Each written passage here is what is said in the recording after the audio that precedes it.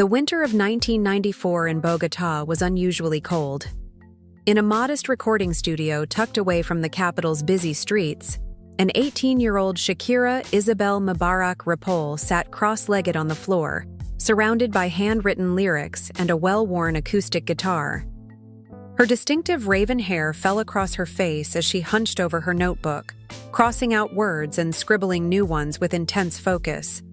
2 albums into her career, Magia, 1991, and Peligro, 1993, Shakira was at a crossroads. Neither album had achieved the success she'd dreamed of, and Sony Music Colombia had given her one final chance to prove herself. The pressure was immense. "I knew this was it," Shakira would later recall. "Either I created something truly authentic, or my musical journey would end before it really began." After wrapping up her role in the Colombian telenovela El Oasis, Shakira had returned to music with renewed determination. She'd spent months working with producer Luis Fernando Ochoa, searching for a sound that would blend her rock influences with Latin rhythms, something that felt true to her Colombian roots while reflecting her artistic vision. What few people knew at the time was that Shakira was processing a painful personal experience. 6 months earlier, she had ended a relationship with her first serious boyfriend, a fellow musician from Barranquilla who had moved to Bogotá to pursue his own career. "We were both so young, trying to make it in a challenging industry," she would later tell an interviewer. "We supported each other's dreams, but eventually, our paths diverged." The relationship had collapsed under the weight of their competing schedules and the pressure of their careers. Though she had initiated the breakup, Shakira found herself overwhelmed with regret in the months that followed. She wrote dozens of letters that she never sent, filled with apologies and explanations. On a particularly difficult night, she sat in her apartment surrounded by photographs and mementos, feeling as though she was drowning in memories. The phrase, "Estoy aquí," I'm here, came to her as both a declaration and a plea.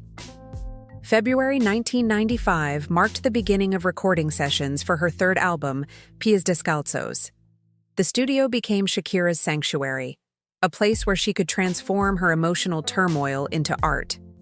One rainy afternoon, Luis Fernando Ochoa watched as Shakira arrived at the studio, drenched but energized, clutching her notebook. "I have something," she announced, dropping her bag and immediately reaching for her guitar. What followed was the first raw version of Estoy Aquí, a song about acknowledging that a relationship was over while still yearning to make amends. The lyrics spoke of regret, of letters never sent, of the impossibility of erasing someone from memory.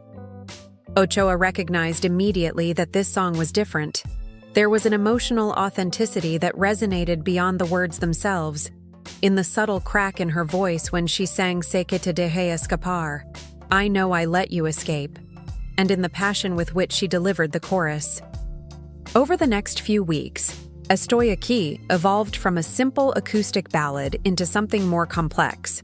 Shakira and Ochoa experimented with different arrangements, eventually settling on a production that incorporated rock elements with subtle Latin rhythms.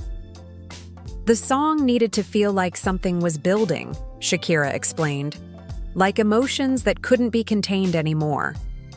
As they refined the track, Shakira found that the process was healing her heartbreak.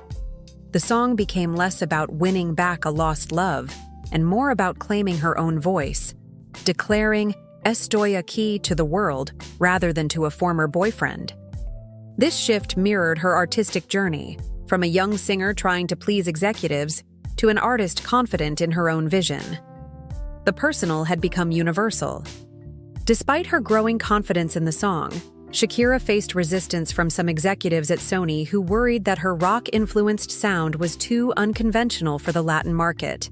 They encouraged her to pursue more traditional Latin pop styles that were commercially proven. "There were moments I doubted myself," Shakira admitted years later, "but I knew in my heart that being authentic was the only path forward." She stood firm in her artistic choices, insisting that Estoy Aquí remain true to her vision.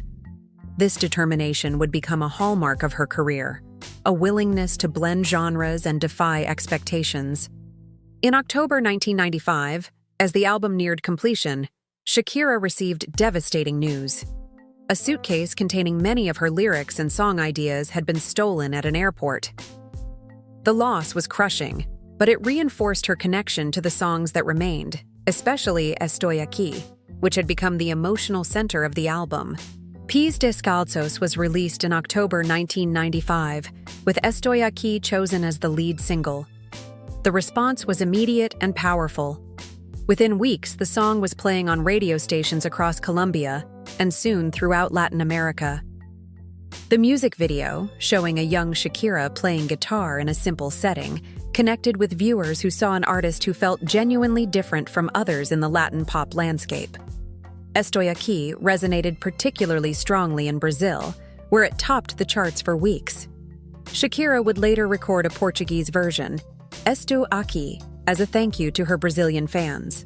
For Shakira, the success was validating but also surprising.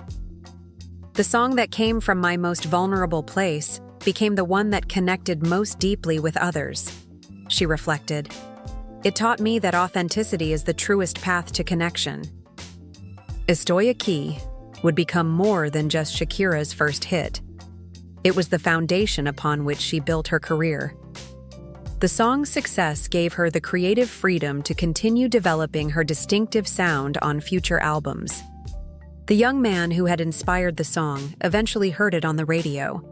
Years later, at a music industry event in Bogotá, he approached Shakira and simply said, "Thank you for turning our story into something beautiful." By 2025, 30 years after its release, Estoy Aquí remained one of Shakira's most beloved songs, regularly included in her concert set lists and cited by new generations of Latin artists as an influence. For many fans, the song captured a universal experience, the feeling of processing a relationship's end while still holding on to hope. But for Shakira, it represented something even more significant: the moment she found her true voice as an artist. Sometimes I think about that 18-year-old girl writing in her notebook, not knowing what would come next, Shakira said during a 2020 interview. I want to tell her that by being brave enough to express her truth, she found the key that would open every door. The simple declaration, Estoy Aquí, had become both her introduction to the world and a philosophy that would guide her extraordinary career. I am here. I am present.